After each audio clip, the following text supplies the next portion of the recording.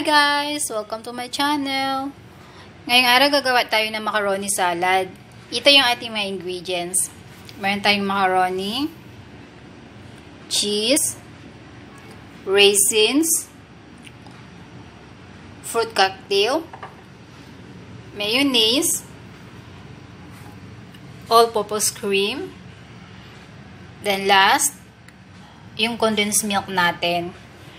Tara guys, samahan nyo ako. Papakita ko sa inyo kung paano ko gagawin to. Nagpakulo ako ng tubig sa ating pot. Tapos, lalagyan natin na asin. Saka cooking oil. Then, lalagay natin yung macaroni natin. Tapos, dapat yung macaroni natin, haluin natin siya paminsan-minsan.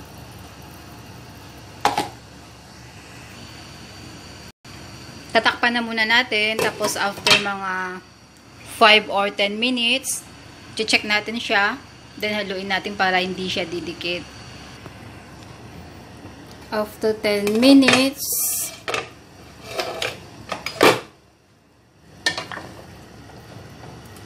dapat, lagi natin siyang haluin. Yan, after 10 minutes ko na tinakpan. Yan pa lang siya, matagal pa yan. Tatakpan natin ulit.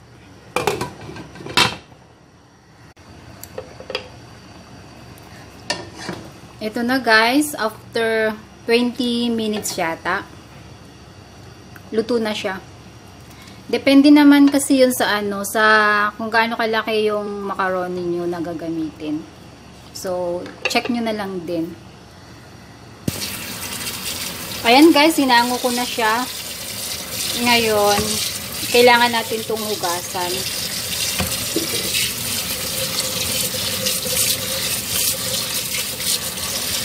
Hugasan natin sa tap water.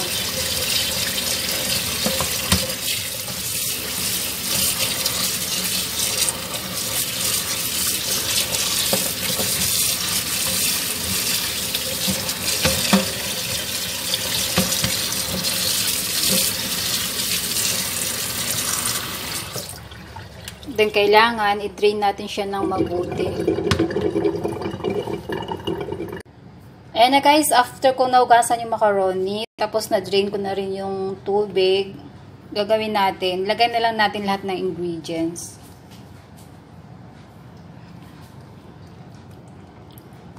Lagay natin yung mixed fruits natin.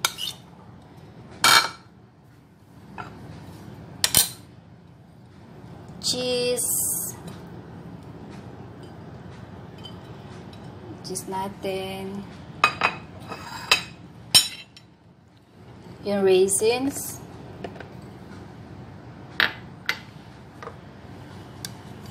condensed milk,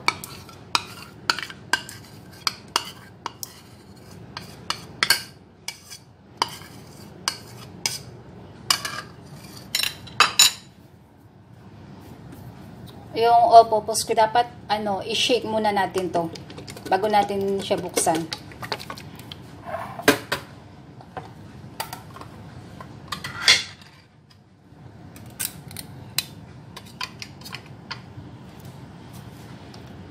Ayan.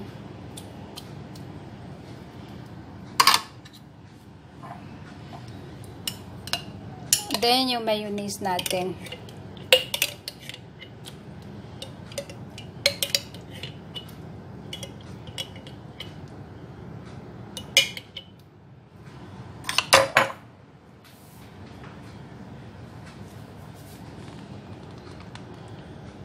Bali yung dito guys, yung condensed milk, kayo na yung bahala kung gaano katamis yung gusto nyo.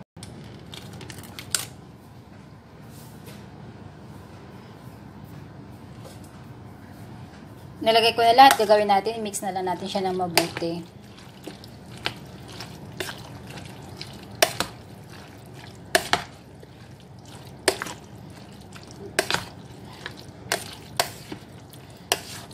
Tapos, tikman nyo na rin guys, pag kung tama lang yung niya, yung tamis, tsaka yung mayonnaise. Depende sa panlasa nyo.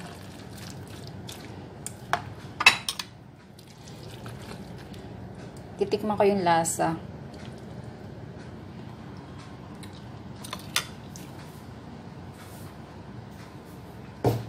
Kulang siya mayonnaise.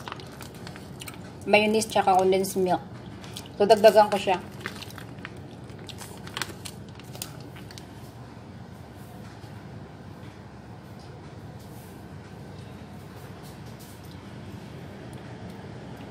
Yan.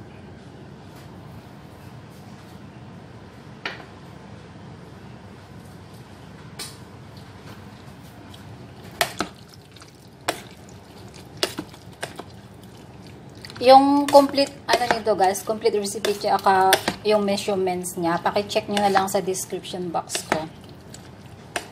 Lalagay ko na lang doon yung measurements ng mga ingredients natin.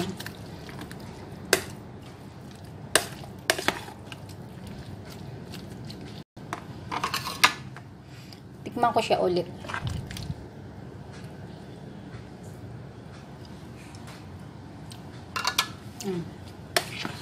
Tama na yung lasa niya. Tama na yung tamis.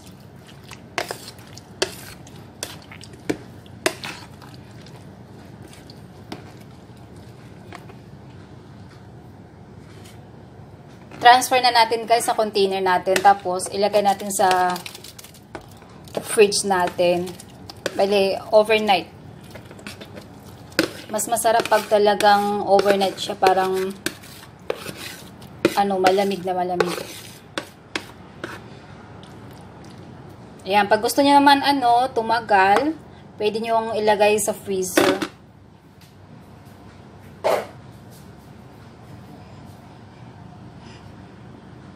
Ayan na guys, yung ating macaroni salad. Ayan. Ayan na siya.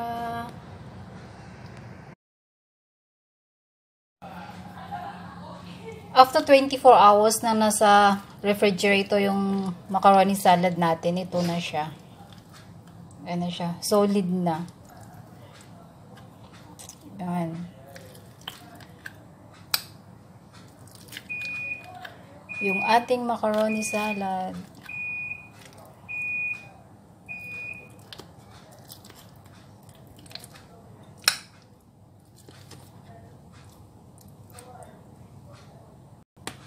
Ayan. By the way guys, pwede nyo pala siyang lagyan ng nata de coco pag meron kayo. Tsaka yung kaong. Hindi kasi ako nakabili kaya hindi ko siya nalagyan. Yan na guys. Thanks for watching.